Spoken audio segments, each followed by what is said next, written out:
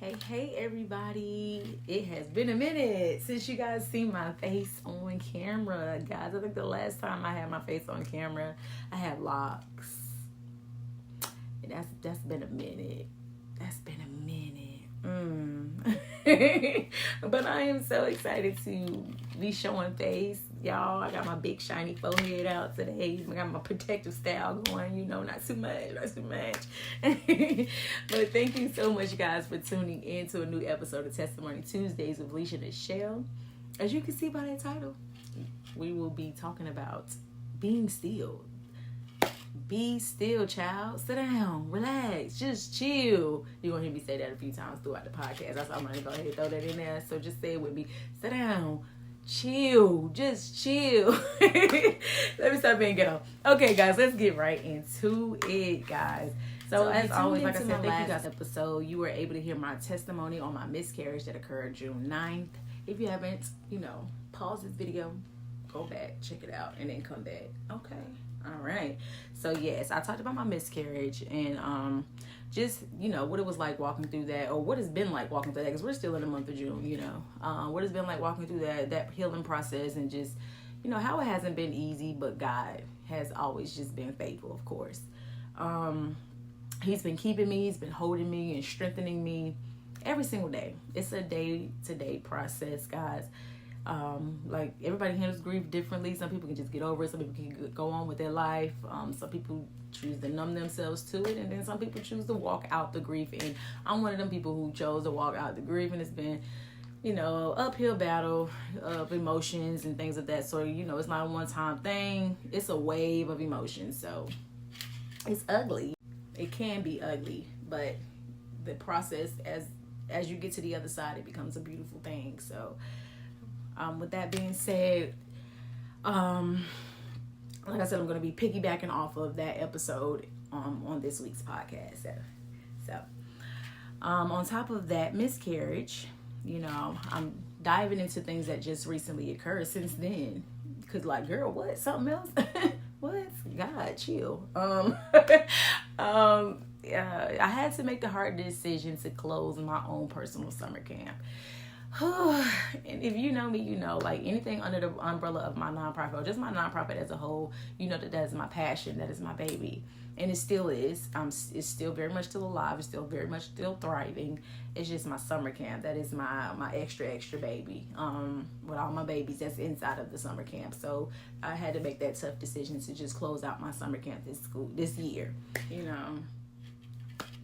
And then on top of that, if that wasn't enough, I did have, relationships that were, that came to a close. They were severed on top of that. So it was like loss.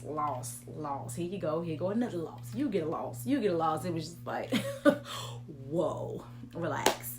It was just like, it was the back-to-back season of loss. Back-to-back, I'm not even going to say season because we're still in this month. Let me remind myself that it was some back-to-back days of loss, disappointment, and just a heavy weight. It was definitely back to back, and I'm going to be fully transparent with you guys. So I like to let you guys know, timelines of everything. So today is Sunday, June 29th. So I'm getting ready to speak on this week that just passed. Literally just passed. So like I said, today is Sunday, June 29th. I'm going to tell you about this week that just passed. Like I promised y'all in episode 1, this is going to be a safe space for real testimony, real raw testimony, because somebody can use it. I can use it. So I know my testimony, and I know my trials and obstacles and battles are not just for myself. And I know that it's impacting somebody, because y'all always let me know in some way, shape, or form. People I didn't even expect to reaches out. So this is just my disclaimer to those that may feel led to share their testimony and they draw back from it. Don't be afraid to, and don't let naysayers or anybody have anything to say. This your testimony is for somebody. Share it. You don't got to do it on the platform. It can be just you sharing it to somebody personally. If God is telling you to share that story, to share that testimony, do it, because you never know who you're reaching, who you're impacting, and how you're healing yourself as well. So share that testimony, girl. Boy. So like I said, this past week, I found myself going into a dark place. When we take losses or just things occur, sometimes it's like, you get, for me, I'm gonna speak for myself. I get worried, you get fearful. What's next? What am I gonna do? What am I gonna do? Whatever, and just not really fully relinquishing that control to God and allowing Him to lead. And so when those losses do hit, it's like you find yourself in these dark places, or you find yourself in a vulnerable place for the enemy to attack, and he will attack. I mean, he's going to always try to attack regardless, but when you get into that very vulnerable place, like how I was emotionally, and just things are not looking how I envisioned them to look, oh my gosh, it's the end of the world. Now he's playing in my mind, and he's trying to pull me into that dark place even further. And so, like I said, I found myself in that dark place. My thoughts became extremely heavy. Like, I've had thoughts, I had the enemy play with my thoughts plenty of times, but this time was different. These thoughts were heavier than normal. And like, with knowing what I know now, or if you've grown to a certain extent, you like, yeah, it's heavy now, because the enemy he know what God got planned for me. Girl, just chill. But in that, when you're in that moment, or when I was in that moment, it wasn't registering for me. I was giving in. The enemy's lies were loud, and I found myself very much so suicidal. Very much so suicidal. And I say, like, not just playing around, tell my mama I love her. No, I was getting ready to type that note out. I found myself thinking about what I was about to put in my notes, what arrangements I was gonna make for my kids, that type of stuff. I was gonna categorize family members' names, and I was gonna leave everybody a personal message underneath their name. Like, I was planning it out. But God, that's all I'm gonna say in response to that, is just but God. So even in the middle of all that pain and all those losses, God has been showing me over and over again that He's still here, that He's still working, and that His hand is still on my life. All of this is just in 1 week, y'all. This past week, literally. See, like, what felt like the end of something, for my summer camp, for example, it was actually the beginning of a shift that I didn't know I needed. I came to terms, just like a peace that I came to terms with. I knew I shouldn't have been jumping right into something so heavy during this season. So what I ended up doing, so aside from that, I ended up merging summer camps with my sister. Shout out to Camp Echo. Woo, woo, woo. Yes. I ended up merging summer camps with my sister. So some of my campers came over to hers, and we just did what we did, or we've been doing what we're doing, because we're still in the process. And that move has brought so much unexpected peace. Like I said, in this season, I did not need to be doing all of the things. And so that unexpected peace, it's like, I can't explain it. It's very unexplainable, and it only comes from God, and it's an internal thing. Like, when you finally relinquish control and just let go of the worry, let go of the stress, let go of the fear, and like literally just tap into that faith. Like, it's easy to say than done, and you hear it all the time, but when you really do it, that peace is, whoo, I'm about to cry. I no longer had the pressure of having to find a new camp location or just running everything on my own. I now have a shared responsibility, less stress, and I still get to love on both the new and returning campers. And more than anything, I get to serve. Always, doing something, or always being in some type of leadership, always leading something, always coaching something, always doing something, serving in church. And by all means, serve in church. That's what God wants you to do. That's what you should do.